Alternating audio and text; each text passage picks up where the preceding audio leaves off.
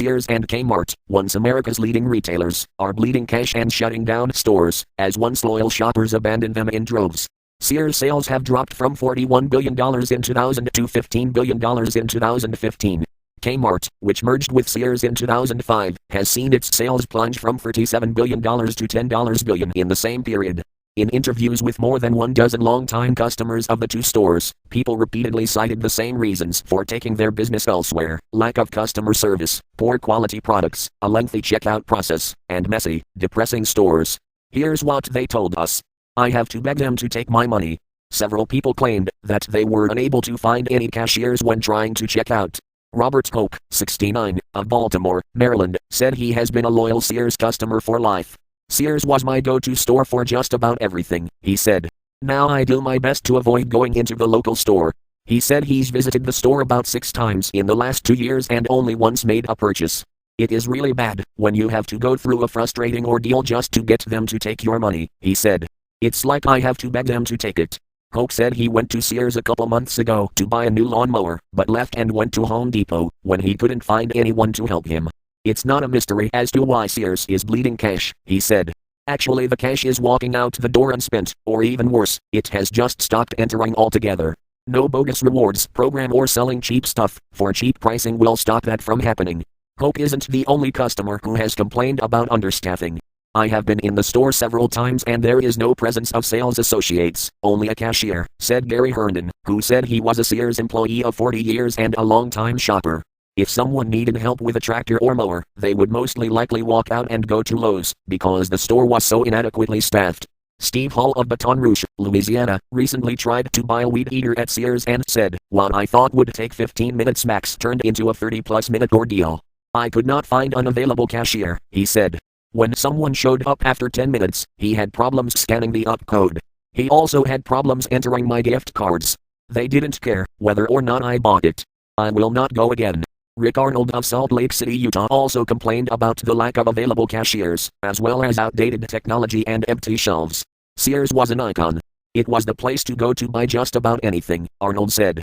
Now, if you're lucky enough to find what you are looking for and then want a speedy checkout process, you are faced with long checkout lines. Arnold thinks Sears won't last much longer. The end is near, he said. The store I grew up with will be just a memory. So sad.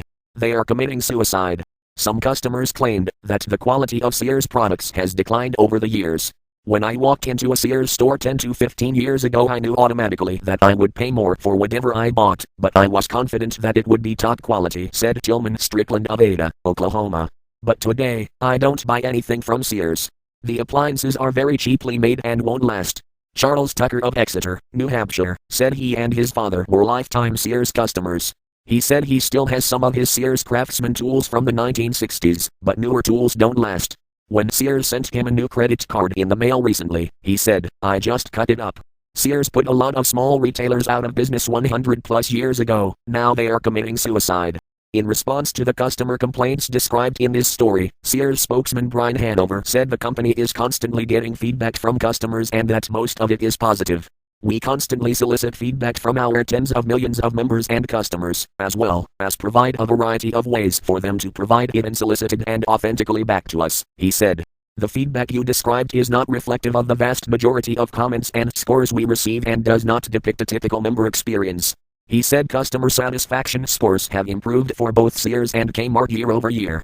Regardless, we appreciate this additional feedback and know there are instances when we can do better, he said. We will continue to enhance our operations and provide our members with superior service while they shop their way.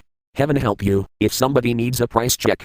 Employee incentives to get customers signed up for the company's Shop Your Way rewards program and credit cards have also been a headache for customers. They have so many questions that the checkout person needs to ask each and every customer to try and sway them into some sort of loyalty program, shopper Samuel J. Lee said. They want my phone number, address, email, etc. Even the card swiper wants all kinds of things. He compared checking out at Sears to a crossing point for the Berlin Wall. The annoyance really starts the moment you get in the long line and have to wait for the other customers in front of you to go through checkpoint Charlie, he said. Heaven help you if somebody needs a price check. The loyalty program also makes things confusing when trying to get a price on something, Ely claimed. After purchasing a house, Ely said he went to Sears to buy all new appliances. He ended up leaving without buying anything, However, because he said it was too confusing to get a bottom line price on the appliances with all the possible combinations of discounts and loyalty rewards that a salesperson was pitching to him, Ely left the Sears store and went to Lowe's instead, and said he spent $8,000 on his appliances there. Ever since then, I avoid Kmart like the plague and I don't shop at Sears at all, he said. Herndon, the 40-year Sears employee, agreed that the Shop Your Way program is a misery for both employees and customers. When a customer came to get checked out, they were presented with, sign up for Shop Your Way rewards, get their email address, sell a maintenance agreement, or a repair agreement on smaller items, try to get them to open a charge account, ask them to call in a customer service survey, and by the time all of this was presented, many customers were angry and just wanted to pay for their purchase and get out. It was a ghost town. Customers also complained that the stores are in total disarray. The Tinley Park, Illinois Kmart is sad and depressing, said Gary Halt, of Tinley Park, Illinois. During a recent trip, he said he saw 2 cashiers in the store and only one other shopper. He said the store has been using sheets and shower curtains for years to hide empty shelves and closed departments, and that many of the registers are broken and covered with cardboard. He also noted the store appears to be renting out part of its parking lot to a local car dealer for car storage. Kmart made a huge impression on me as a child. At one point I had hoped to work there, Hale said. I watched as Kmart overtook Sears as the nation's #1 retailer in sales. And I've watched with dismay as Kmart has fallen from grace to irrelevancy.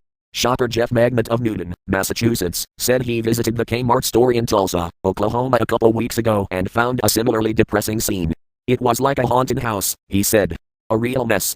Another customer, Paul Martin, compared his local Sears, where he said he and his wife worked in the 1990s, to a ghost town. Last time I was in the store, where we once proudly worked, it was a ghost town, Martin said. Very sad to see a once great retail giant at its end.